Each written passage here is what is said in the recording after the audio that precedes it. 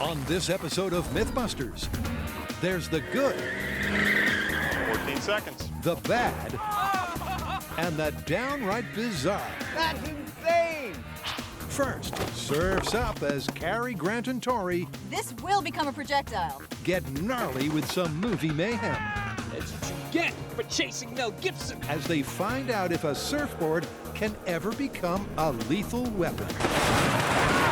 That was a perfect shot. Meanwhile, Adam and Jamie also cause some car carnage oh, I like the car better this way. as they buckle up for the most bizarre race-off in MythBusters history, This is shocking front-page science news. finding out if a retro race car was really more streamlined backwards than forwards. Dude, this is so much fun.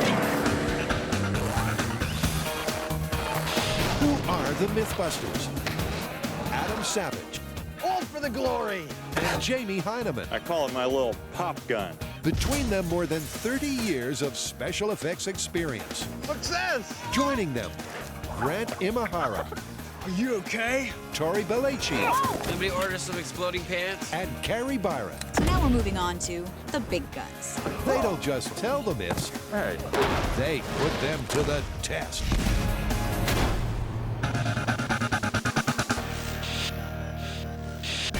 First up, a myth that's back to the drawing board. I've got one for you. shoot. A friend of mine used to say about a specific make and model of sports car that it was in fact so poorly designed, it was more aerodynamically efficient going backwards than forwards. That's good. I thought you'd like that one. Car development today is a multi-million-dollar industry with aerodynamics at the forefront. But that's not always been the case. Because, according to this myth, in the 1970s, some car designers put fashion before function, crafting cars that sure looked sleek, but may have actually been more aerodynamically efficient if the body was switched 180 degrees. So what kind of car are we talking about? That's an interesting question, actually, because this claim turns out to have been made by a whole host of automobiles from Europe, Asia, America over the last 40 years. But after extensively crunching the references we found on the internets, we have honed in on this as the most commonly cited culprit of this myth. Well, since this myth is all about aerodynamics, let's test it out in the wind tunnel first. That's exactly what I was thinking. Ultimately, this full-speed fable will come down to the most random race-off in history. But before that checkered flag, it's time for some small-scale science. This is a 1/24 scale model of the sports car that this myth is about. Now we're going to put it in this water channel back here and inject dye into the stream of water as it goes past the car. We'll put it in and look at it going forward, then we'll reverse the car and look at it going that way to see whether we can tell any difference.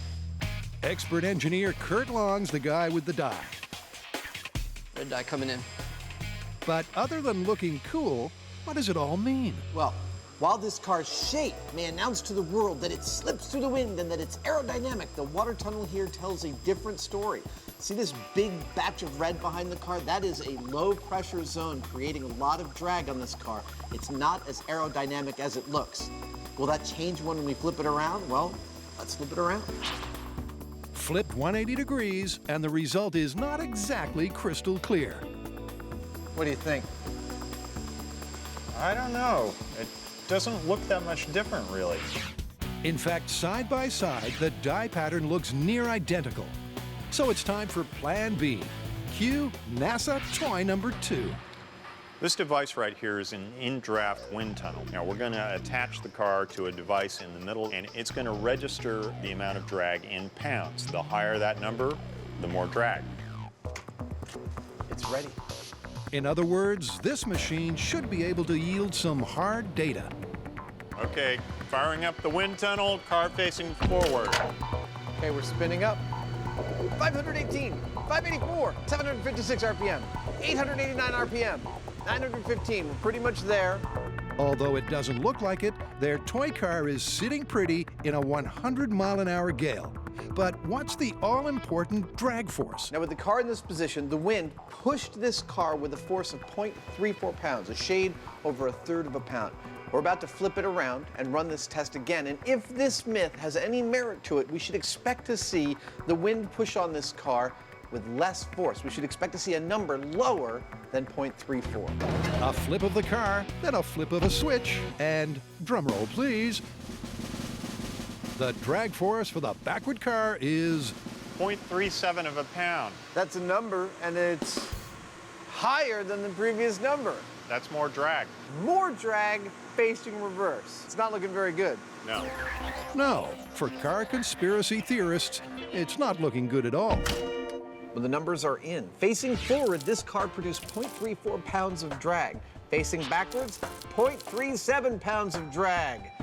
The numbers don't lie. Facing forward, this car was more aerodynamically efficient than backwards, which was the opposite of what the myth says. Now, that's in scale. Will that translate to full size? Well, you know there's only one way to find out. Next up, a surfboard shocker. Okay, so the myth we get to work on is from a classic action movie, Lethal Weapon 2. I love that movie. What's the myth? Do you remember the chase scene where there was a big pileup in the middle of the road and one car had a surfboard on top of it and it crashes? Oh yeah, and the car stops, but the surfboard keeps going. Exactly. The surfboard goes through a windshield and, well, it messes our bad guy up pretty bad. How bad? Well, it definitely kills him, possibly decapitates him. That's pretty bad. It's a classic car crash from a classic movie. A stomp on the brakes sets off a Rube Goldberg chain reaction that culminates, eventually, with it being surfs up for the bad guy. But can a surfboard really fly that far and be fatal? Okay guys, I got a plan and I have some props. Go ahead. All right, we've got a car here with the surfboard on top with a cable on it. The cable is attached to our pickup truck. We've got our crash car here and our target car about a truck length away. We tow the whole thing and psh, the crash car crashes in and psh, the surfboard hits the target car. All right, well then we'll find out if the surfboard has enough power to penetrate the windshield and kill the guy. Sounds like a plan. It's a plan that's got full scale written all over it. The surfboard car will be towed into a parked crash car at the movie's 40 miles an hour. 40 feet away is the bad guy's car that the surfboard, thanks to its momentum, must then hit and penetrate. But will it all be too good to be true? We're out at the Alameda runway to recreate a crash where a surfboard flies through a windshield and kills a guy. Time for setup, cue the heavy equipment, and rain clouds. Please move aside. Unfortunately for Carrie, the rain gods aren't listening. But the heavy equipment ones are. So it's full steam ahead on the mother of all proof of concept tests. Good. And with the cables, 600 pounds, 1,000 feet of 3/8 inch braided steel cable. pulleys, This will ensure that our crash vehicle goes exactly where we want it and not where it wants to go. cars, Bill, forget the gym. and crash barriers in position, Safety first. the sun comes out to kickstart this myth. So this is our towed vehicle, an SUV just like the one in the movie that carries the surfboard. We've attached our tow cable here onto the steering bar, and this is going to allow us to tow this vehicle straight towards the crash vehicle at 40 miles an hour. And on top of our moving vehicle, we have our shortboard. Like the surfboard in the film, this will become a projectile. And 400 yards downstream, This is the crash zone. This cable will be pulling our car with the surfboard at 40 miles an hour straight into this parked vehicle. Once it hits there, it's going to come to a complete stop. However, the surfboard will be continuing at 40 miles an hour because of the momentum of the moving vehicle. And this is our target vehicle, located 40 feet away from the crash site, just like in the movie. The real question here is whether the surfboard will come off of the crash, fly straight through the air all this distance, and still have enough power to pierce the windshield and kill the bad guy inside. and talking of the bad guy, That's what you get for chasing Mel Gibson. Buster's set to take another for the team. And here's how. So there are three possibilities for lethality if the surfboard actually hits the guy's head. One, decapitation, which is obviously certain death. Two, coup, which is an impact of a moving object to a stationary object, namely the head. And contra coup, which is the brain hitting the back of the skull, resulting in a lethal brain injury. But lethality will only occur if the board, clipped delicately onto the surfer car, actually flies straight. You ready for some full contact science? Now, there are a lot of things that could go wrong on this experiment, but I think the biggest challenge that we're facing today is being able to hit our target. Can we get our surfboard to actually hit the windshield? If we can do that, that'll be a miracle. Well, it's time to get the flock out of here and find out. All right, this is surf and turf in 3, 2, 1. Here we go. 20 miles an hour. Looking good. Yeah. 30 miles an hour. Getting close. 40 and holding. Wow! I didn't see that one coming. No. But you know what? The surfboard did fly through the air. Yeah, but it didn't smash through the windshield.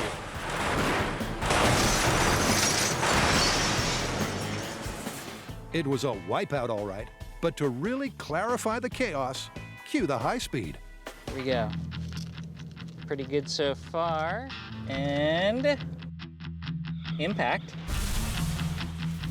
Look at that. The surfboard is released, but it's nosing down. It's got a downward trajectory.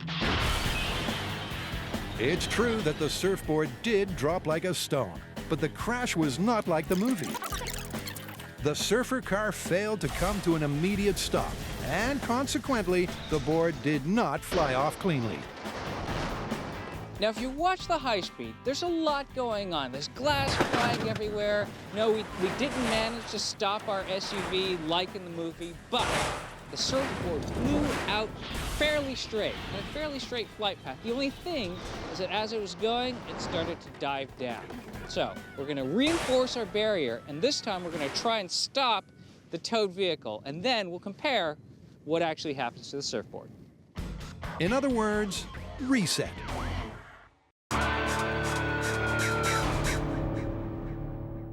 Adam and Jamie are testing the myth that certain older model sports cars were more aerodynamic backwards than forwards. In scale, forwards was better, but not by much. That's more drag. So now it's time to test this back-to-front fable for real, with the ultimate symbol of 1970s jet set ego, the red sports car.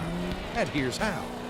This myth is all about aerodynamic efficiency, specifically this car slipping through the air.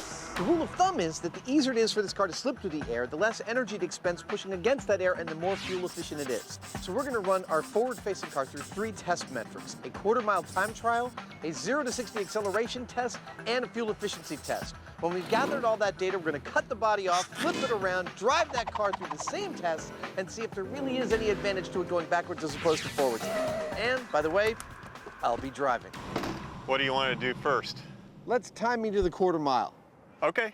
I'm standing right at the quarter mile from where Adam's at this moment. All I'm going to do is time how long it takes Adam to get here. Okay, Adam, quarter mile, starting in 3, 2, 1, go. Our red road warrior slips through the air with the greatest of ease. 14 seconds. 14 seconds on the nose, but one run ain't enough. So Adam races through again. 14 seconds again. Like any good Mythbuster, Adam's happy to go the extra quarter mile. I could do this all day long. 14 seconds. In the forward position, the sports car was able to do the quarter mile in 14 seconds, very consistently. Thanks, Jamie. We'll flag that information later. With the quarter mile testing ticked off, it's on to baseline test 2. Here's how this test is going to go. I'm going to start right here on the starting line. Jamie will be down there with the timer. He is going to go 3, 2, 1, and start that timer. At the very moment he says 1 and starts that timer, I'm gonna take off from the starting line, fanging it out, hell-bent for leather, towards Jamie, like this. Now, about this far down the track, about 800 feet, Jamie will be standing here with a radar gun, and remember his trusty stopwatch, and he is going to be watching that radar gun until my speed is 60 miles an hour, and then he will click that stopwatch a second time, and we'll get the metric of how long it takes me to get from 0 to 60 miles per hour. Let's get started. All right, Jamie, I'm back in position on 1. Okay, stand by for my mark. Copy that. Start moving the car. Here we go. In 3, 2, 2, 1.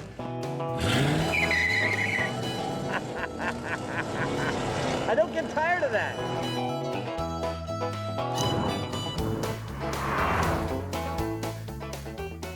Pretty quick. Looks to me like 8 seconds. And back we go to 1.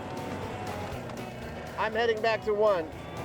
Like the quarter-mile run, Adam's going to do the acceleration test 3 times. Go. And just like the quarter-mile run, the car is amazingly consistent.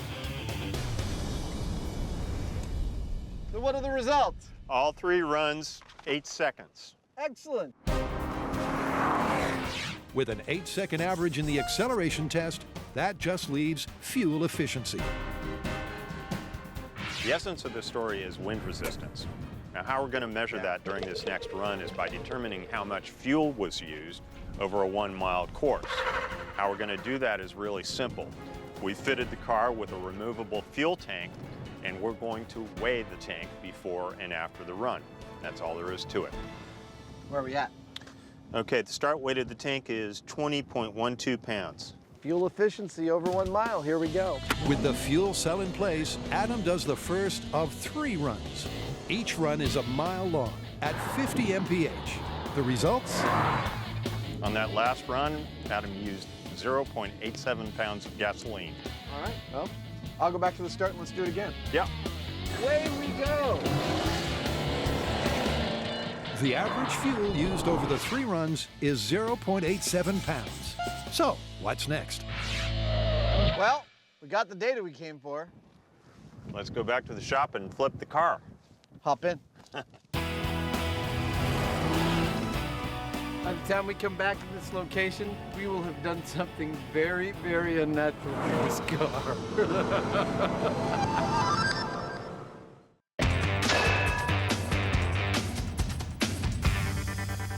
Just to recap, we are testing the movie myth from Lethal Weapon 2, where a car carrying a surfboard crashes into another car. The surfboard flies off the top of that car into another car through the windshield, killing the driver.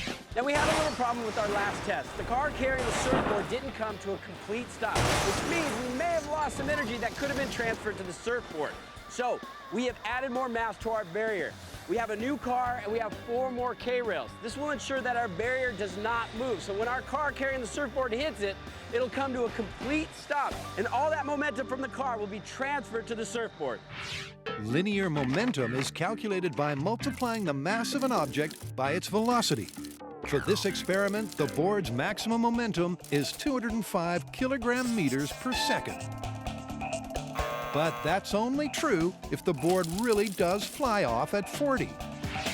And with the mother of all crash barriers in place, a new surfer car, and a board release system that's as friction-free as possible, it's time for Buster's re-motivation. All right, buddy, how you feeling? Now, in this scene, you are the bad guy. You know what happens to bad guys? That's right, they get their heads chopped off by surfboards. Okay, I know this is a hard job, but sometimes science is hard. Of course, that's assuming that their go-for-it style test actually works. All right, Carrie, you ready? All right, here we go. This is surf and turf. In 3, 2, 1, take it away. I'm going for it. Look straight. Yeah, it's looking really good so far. Going right for the barrier. It didn't even go anywhere. It ran right into the crash vehicle. There's a wealth of wreckage, but having flown just 3 feet, the surfboard was not a lethal weapon. So, what went wrong? In the movie, a car carrying a surfboard crashes into another car, stops cold, and spits the surfboard out. And that's exactly what we did here. This car carrying the surfboard stopped cleanly, right on target. The only thing is, the car we crashed into crumpled up like this and blocked the surfboard's path. You can see a green line right where the surfboard hit. And if I look from the holder all the way out, past the green line, I can see it's heading right towards the windshield. I think definitely this merits another shot. In what's fast becoming one of the most costly proof of concept tests ever, I ordered a blue one. as the team resets again with new cars. But that's not all. For this next test, we want to remove any obstacle. What we're going to do is flatten down these cars completely so that the vehicle carrying the surfboard crashes into the barrier, but the surfboard keeps going. So Tori gets the job of squashing the crash vehicles down to size, something he's enjoying a little too much. Never get tired of this. With the pancake parade over, it's time to get gnarly. All right, this is Lethal Weapon Surfboard Decapitation Myth. Here we go in 3, 2, 1, hit it.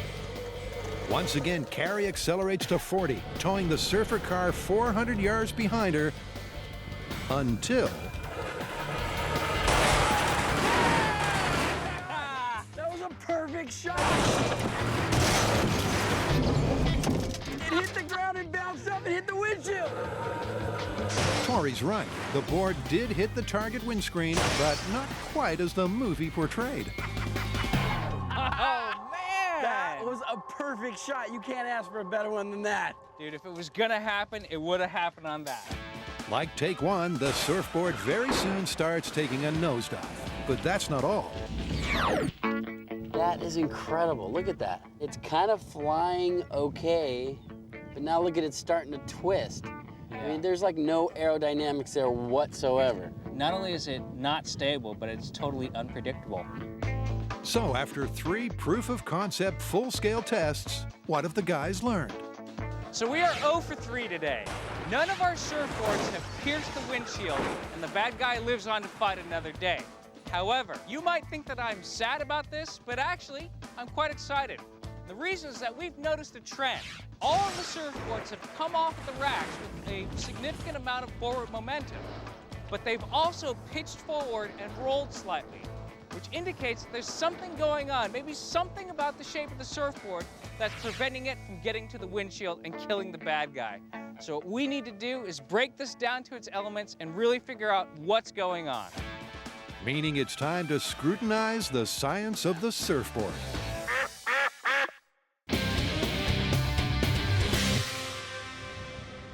Adam and Jamie have put their 70s sports car through its forward paces. I could do this all day long.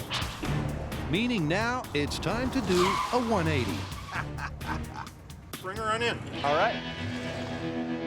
The next step in testing this story is to separate the body of the car from its chassis, flip it around, and reattach it so that the back end of the car is facing forward. Now, this is a pretty complicated task, so we've decided to bring out the big guns. Mike Allen is the senior automotive editor for Popular Mechanics magazine. He's going to make sure it gets done right. Time to rip it and strip it. And Jamie thinks it might just work. What do I think about it? Well, water naturally forms a perfectly aerodynamic shape when it forms a teardrop like so. And if you look at this car, it's kind of teardrop shaped if you look at it going backwards. So as far as I'm concerned, this might actually be possible. But before possible becomes practical, some heavy-handed surgery is required. But with all these bits ripped out, won't the backwards car be lighter and therefore faster? I'll let Jamie handle that one. I know what you're thinking. Wait a second, you can't remove all that stuff because that'll skew the results. The car will be lighter. Well, yes and no. Yes, because it would skew the results if we didn't account for it. No, because we're going to account for it by putting sandbags or barbell weights in the car before we do our testing. Now to slice, dice, and desecrate one formerly cool car. After dozens of hours and hundreds of carefully made cuts, it is finally time to take this sports car, which looks like it's in one piece, but in fact it's in two, pull off the body, turn it around, and put it back down and see where we stand. How are we gonna do that? Well, we need some muscle. Muscle? Like an Egyptian. You guys ready? All right, on my count, 3, 2, 1, lift. Look at that. Anybody having problems? Fans of these classic cars are probably having their first coronary right about now. Is there a wire there, Mike?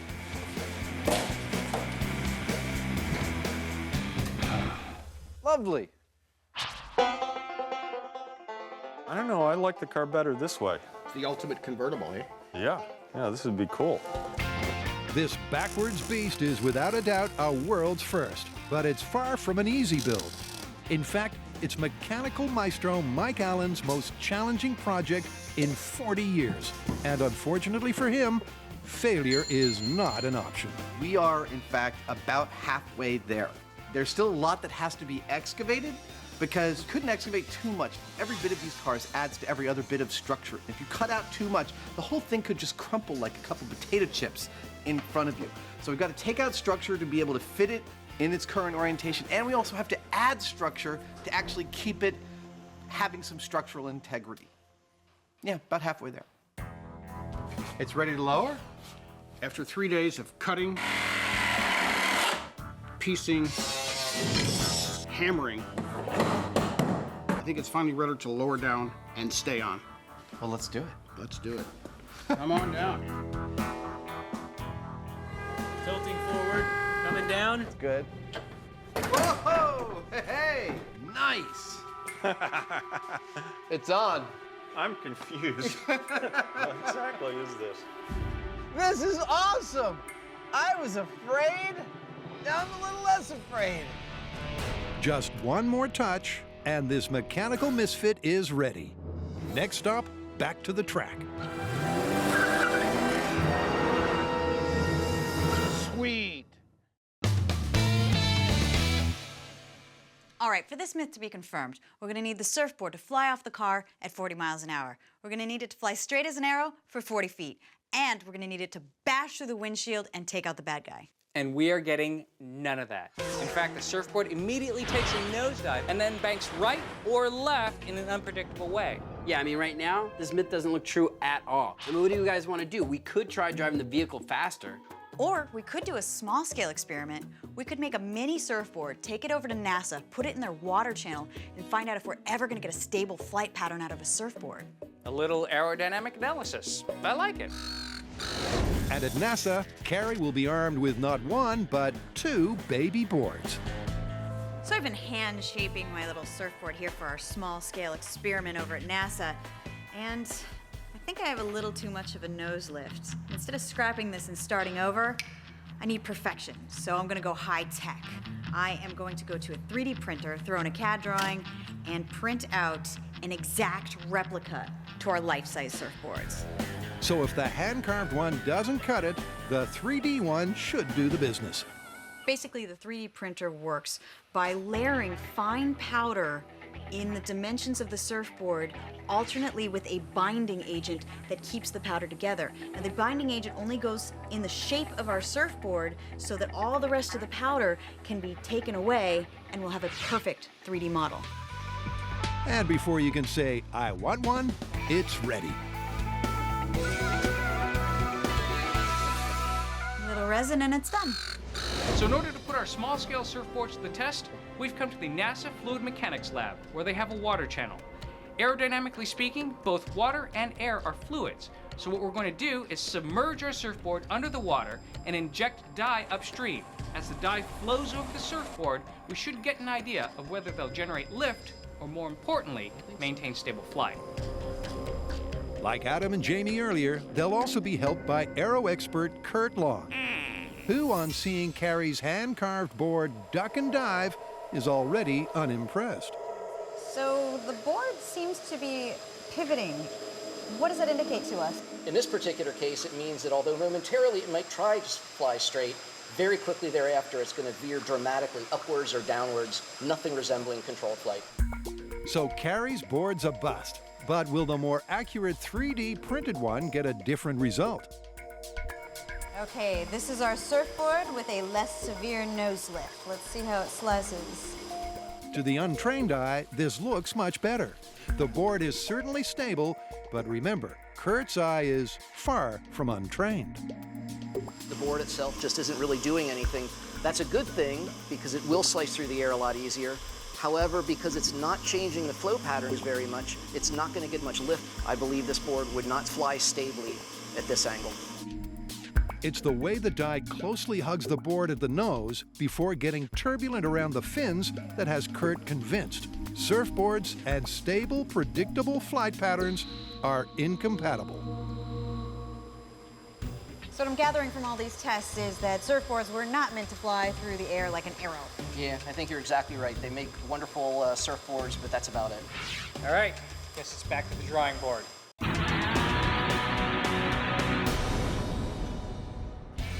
In reverse engineering, it's time for the most surreal time trial in MythBusters history. Well, I know for all intents and purposes it looks like I'm sitting on the hood, but check this out. That's the exhaust.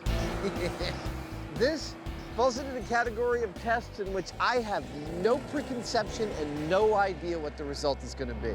And those are the best days. That's insane! This is just so wrong. It feels great. I can totally see the road. It's a regular car. What's wrong with it from the outside? Everything. Taking the body off a car and flipping it around in reverse and reattaching it so that the car still works, what can I say? It's nuts. It's the kind of thing you'll only see on MythBusters. There's 3 tests today: 0 to 60, quarter-mile drag, and fuel efficiency. And each test will put the Frankenstein car's aerodynamics to the ultimate test. Adam, let's start testing. I'm ready. Let's do it. Here we go. First up, 0 to 60.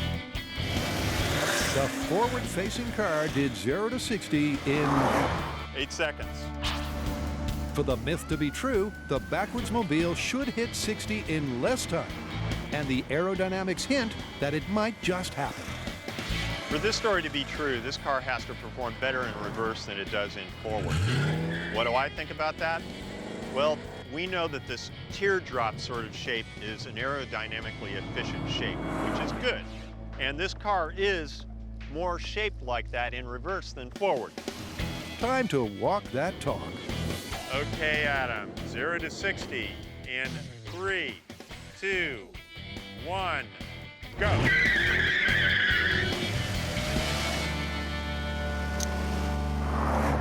Nine seconds. That right there is rush.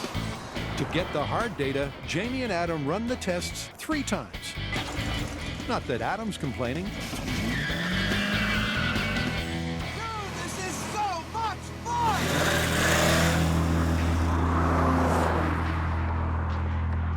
9 seconds again. 8 seconds. So how did I do on that? The runs with the car facing backwards were an average of 8.66 seconds. How does that compare to the forward-facing test? The average on the forward-facing car was 8 seconds. So the backwards was a little slower. It is. Test 1, and the myths got a dent. Rather than being quicker than the forwards time, the backwards car took longer to hit 60. When we do the math, we find that our backwards-facing car was accelerating 7.5% more slowly than the normal car. Still too close to call. So bring on test number 2. Shall we go on to the quarter mile? Let's go on to the quarter mile. Front first, it did the quarter mile in 14 seconds. That's the time to trump. All right, Jamie, I am in position and ready to go. Okay, Adam, quarter mile in 3, 2, 1.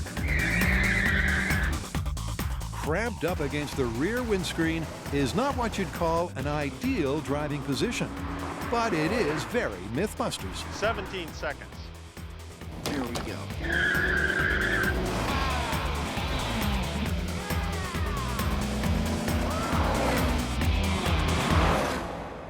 17 seconds. The same on run 2. And one more time. Well, kind of. a slight delay of the feathered variety. Why did the goose cross the runway? And the field is clear. Go!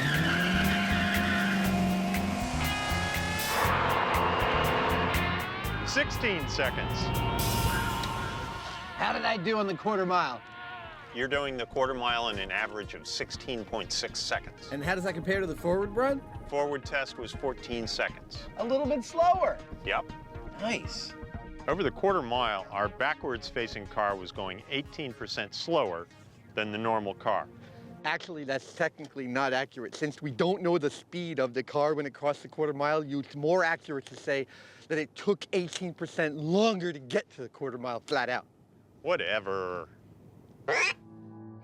Time to gas up for the backwards-facing fuel efficiency test. In the forwards-facing test, the retro racer used an average of 0.87 pounds of fuel over 3 runs on a 1-mile track at 50 mph. Now they're at it again, filling her up and weighing the tank. There we go. 29.32 pounds. Running the mile, Go.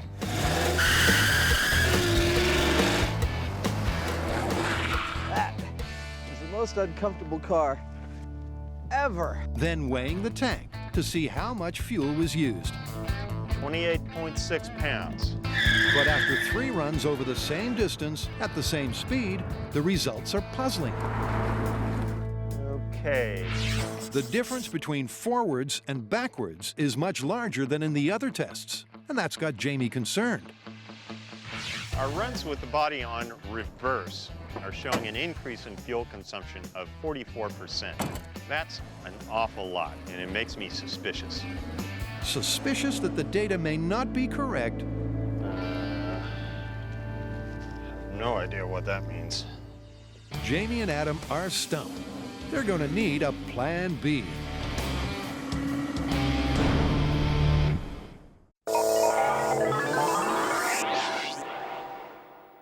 All right, this myth is on thin ice. I mean, because of the surfboard's shape and its fins, it's not going to have a predictable flight path. Meaning a surfboard flying off the roof of a car, crashing into another windshield, just probably never gonna happen. True, but there's still one part of this myth we haven't dealt with. What would happen if a surfboard hit a windshield at 40 miles an hour? I mean, yes, in the movie it looks a little suspect, but fact remains, would it take out a guy? All right, what if we build some kind of surfboard slingshot? Put it on some rails, hook in a bungee cord, pull it back, let it rip, and fire it into a windshield at point blank going 40 miles an hour. See if it busts through. Okay, that could work. Yeah. Both the NASA data and the full-scale proof of concept tests prove that the movie scene's a sham. Yeah, but it didn't smash through the windshield. But what if the crash had been a regular head-on? By eliminating the 40-foot flight, would the surfboard then become a lethal weapon?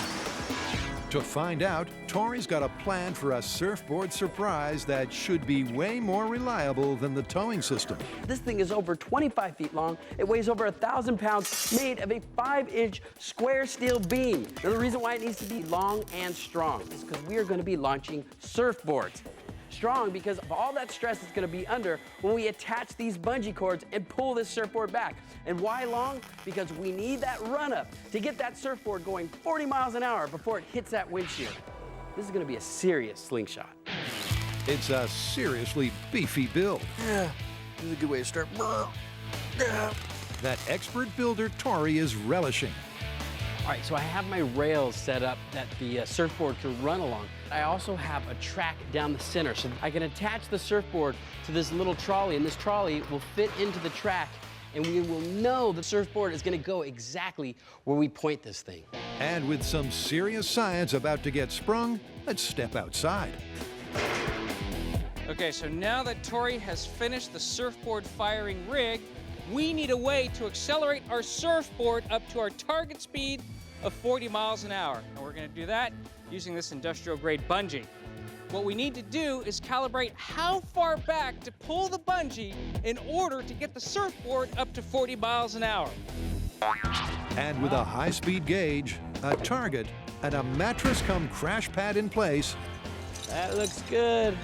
it's time to commence the calibration. Shall we start at 10 feet? Yeah, we pull it back to 10 feet and see how fast the surfboard flies. All right, let me know when to stop. Grant triggers the winch, and when the board hits the 10-foot marker, it's over to Tori. Surfboard calibration in 3, 2, 1.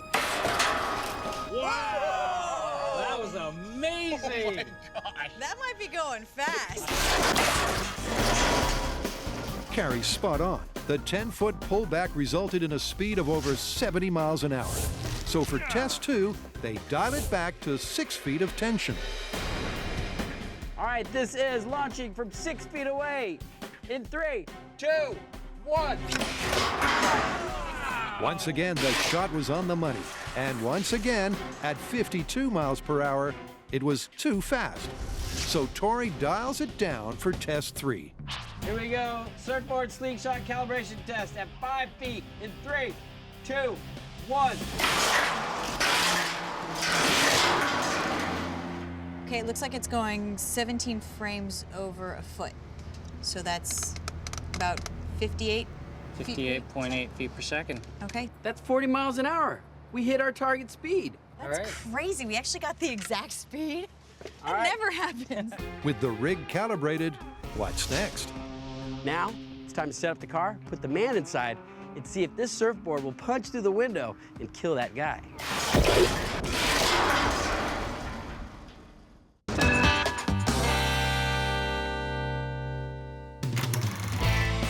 Since humans first conquered the waves, the surfboard has been the tool of choice. But in the wrong hands, can it really kill you? So we are set. We have our vehicle in place. Inside, we have our man with the human analog neck. Oh, careful. Stretch across the door opening, we have our bungee cord, which is hooked in to our surfboard. And the surfboard is hooked up to a quick release, which is also connected to this cable. Now all we need to do is pull the surfboard back with the winch till we get to the right position on our surfboard slingshot. Then we're gonna release it and let it crash into the windshield going 40 miles an hour and find out if this myth is in fact true or not. Okay, 5 feet, 40 miles an hour, straight through the windshield. You guys ready? Let's do it. All right, here we go. In 3, 2, 1.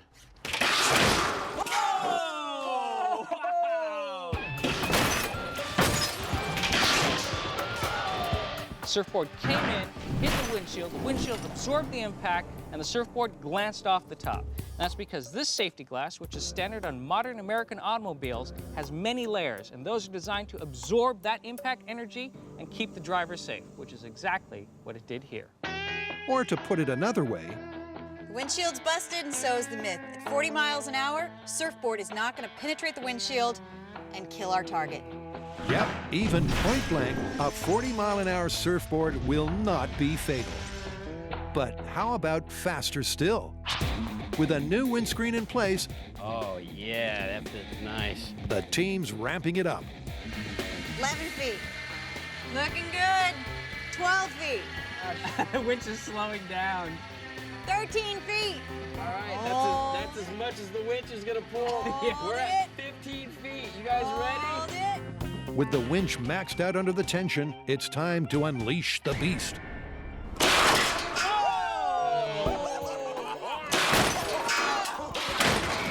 The 15-foot pull turned into an 85-mile-an-hour hit. But what happened to Buster?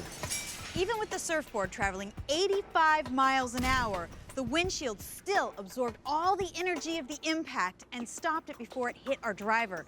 That means that this myth is not just busted, it is double busted. Double busted here, but at least double that over the entire experiment. So we've busted this myth in multiple ways. Number one, aim. When you have a real vehicle hitting another vehicle with a surfboard on the top, hitting your mark is very difficult, not to mention transferring the energy to the surfboard. Number two, aerodynamics. We've analyzed the aerodynamics of the surfboard, and they make it very difficult for the surfboard to fly straight through the air. Number three, force. Even at 85 miles per hour, twice the speed that's in the myth, it just bounces right off the safety glass and doesn't pierce. No matter how you look at it, this one is busted.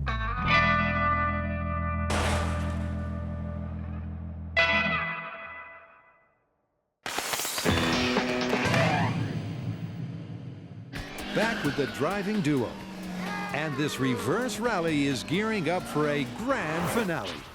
I've got two problems with this story right now. One is our data. I don't feel like it's definitive, and I don't feel like it answers the question yet. And the second? The second is I can't shake the feeling that I want to see a race-off between our backwards-facing car and a forwards-facing car racing each other at the same time. Yeah, me too. I'm glad you're on the same page. Let's do it. So roll on up for one last run. So this is what we've come up with. Two cars, identical make and model. One of them as the manufacturer intended, the other one with its body on in reverse. We're going to see which one's more aerodynamically efficient. So how are we going to make this race a fair fight when these two cars' engines might be tuned differently?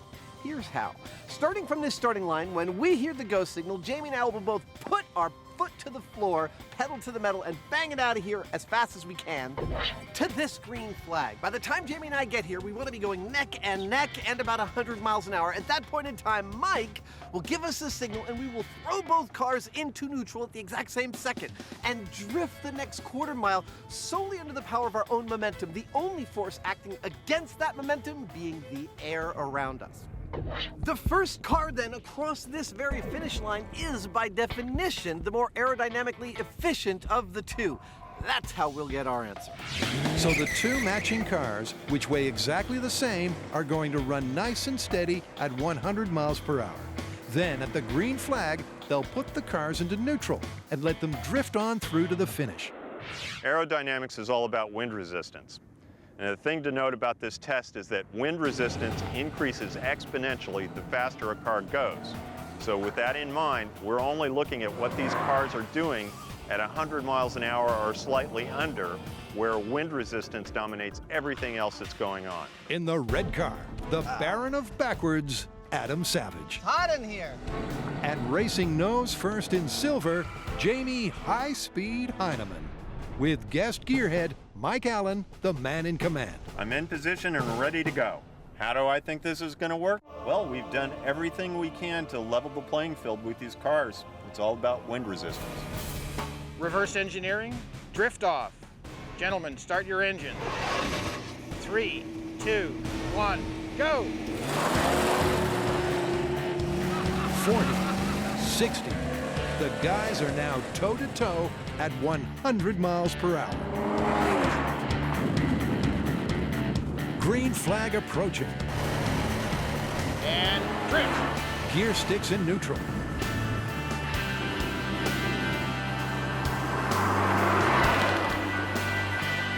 The pictures tell the story. Front first was first.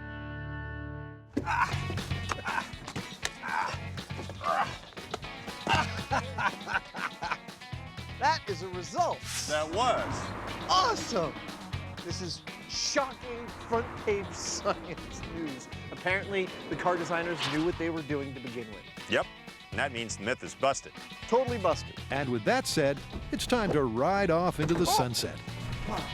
Okay, Adam, let's try that again.